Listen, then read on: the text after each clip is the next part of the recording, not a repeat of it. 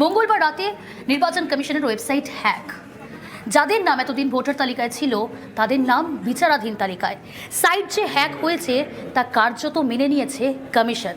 সরব হয়েছেন মমতা বন্দ্যোপাধ্যায়। হঠাৎ করে ইলেকশন কমিশনের ওয়েবসাইট থেকে সবার নাম মুছে গেল। আরে আমি আমার নাম টাইপ করে দেখছি, আমিও সন্দেহের তালিকায়। এখন বলছে হ্যাকিং হয়েছে। তুমি হ্যাকিং করেছো না টেকনিক্যালি বজ্জাতি করছো, এটা মানুষকে জানাও।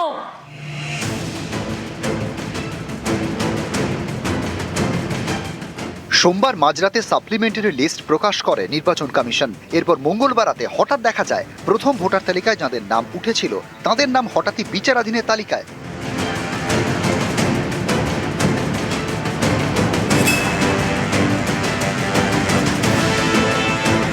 নির্বাচন কমিশন স্বীকার করেছে তাদের ভোটার সার্ভিস পোর্টালটি কিছুক্ষণের জন্য হ্যাক হয়ে গিয়েছিল।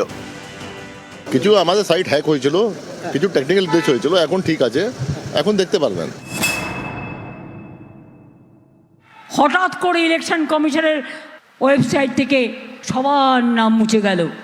আরে আমি আমার নাম টাইপ করে দেখছি, আমিও সন্দেহের তালিকায়।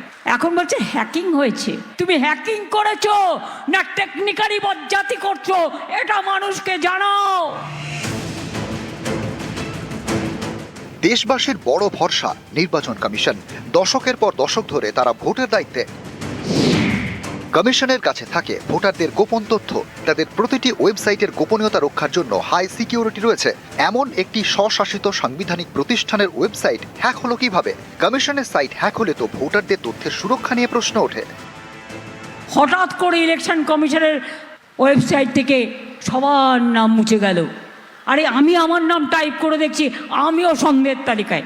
এখন বলছে হ্যাকিং হয়েছে। তুমি হ্যাকিং করেছো না টেকনিক্যালি বজ্জাতি করছো, এটা মানুষকে জানাও। ভোটের আগে এরা যে এসআইআর করেছে নির্বাচন কমিশন, সেই এসআইআর নিয়ে তোলপাড় হয়েছে।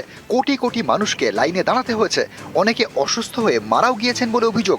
এই এসআইআর এর সময় ভোটারদের নানা তথ্য জমা পড়েছে কমিশনের ঘরে। কমিশন বারবার আশ্বস্ত করেছে একজন বৈধ ভোটারের নামও বাদ যাবে না। সেই কমিশনের ঘরেই ঠিক ভোটের মুখে হ্যাকারের হানা। এতেই অনেকের প্রশ্ন, কোটি কোটি ভোটারের তথ্য যাদের কাছে, সেই কমিশনের ওয়েবসাইট হ্যাক হলো কিভাবে? যে কমিশন ভোটারদের সুরক্ষা দেওয়ার প্রতিশ্রুতি দেয়, সেই কমিশনের ওয়েবসাইট কি যথেষ্ট সুরক্ষিত নয়? ওর সাইড হ্যাক হলো কি মনোজ আগরওয়ালকে কেউ পা ধরে টানলো, ওটা বিজেপির দেখার বিষয় নয়। ওটা রাষ্ট্রপতি দেখবেন, সুপ্রিম কোর্ট দেখবে। আমার ফর্ম 7 গুলোকে টেনে নেওয়া হলো, সেগুলো হ্যাকড হয়ে গেল। তার হিসাবটা মনোজ আগরওয়াল দিন আগে। নিউজ 18 বাংলা।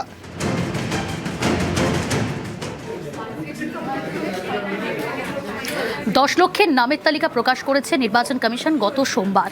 আর এর মধ্যেই 40% নাম বাদ। এই হারে যদি নাম বাদ যায় সেক্ষেত্রে 88 লক্ষ নাম বাদের আশঙ্কা। সোমবার মাঝরাত প্রথম সাপ্লিমেন্টারি তালিকা প্রকাশ করে নির্বাচন কমিশন। 23শে মার্চ সোমবার পর্যন্ত 29 লক্ষ নামের নিষ্পত্তি হয়েছে।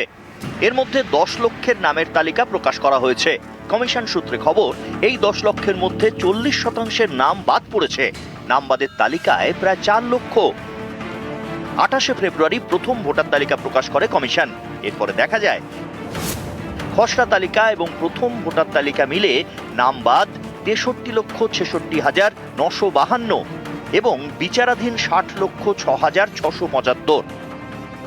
সুপ্রিম কোর্টের নির্দেশে এই বিচারাধীনদের বিচার করছে বিচার বিভাগ। এর ভিত্তিতেই সোমবার প্রথম সাপ্লিমেন্টারি তালিকা প্রকাশ করা হয়। তাতে প্রায় 4 লক্ষ নাম বাদ গিয়েছে বলে কমিশন সূত্রে জানা গিয়েছে। 10 লক্ষের মাঝে 4 লক্ষের নাম বাদ। এই হারে চললে 60 লক্ষ বিচারাধীনের মধ্যে 24 লক্ষের নাম বাদ যেতে পারে। এর আগেই বাদ গিয়েছে 63,66,952। সব মিলিয়ে নাম বাদ যেতে পারে প্রায় 88 লক্ষ। নাম বাদ যাওয়া মানে ভোট দিতে পারবেন না এমন নয়। নাম বাদ গেলে ট্রাইব্যুনালে আবেদন জানাতে হবে। তারা সেই আবেদন খতিয়ে দেখবে। কিন্তু এই ট্রাইব্যুনাল নিয়েও নানা ধোঁয়াশা। একটা জজকে কোন জেলা দেওয়া হবে এটা তো হাইকোর্ট দেবেন। মেইন জিনিস আছে যে অফিস আছে, কাঠামো আছে।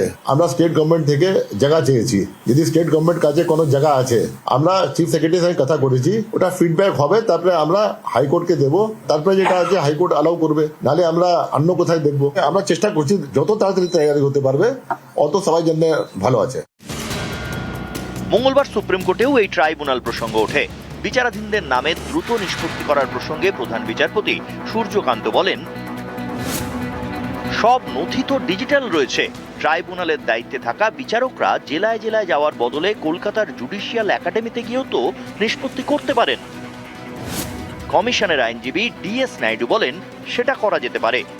বিচারকরা যেখানে আছেন সেখান থেকে অনলাইনেও করতে পারেন।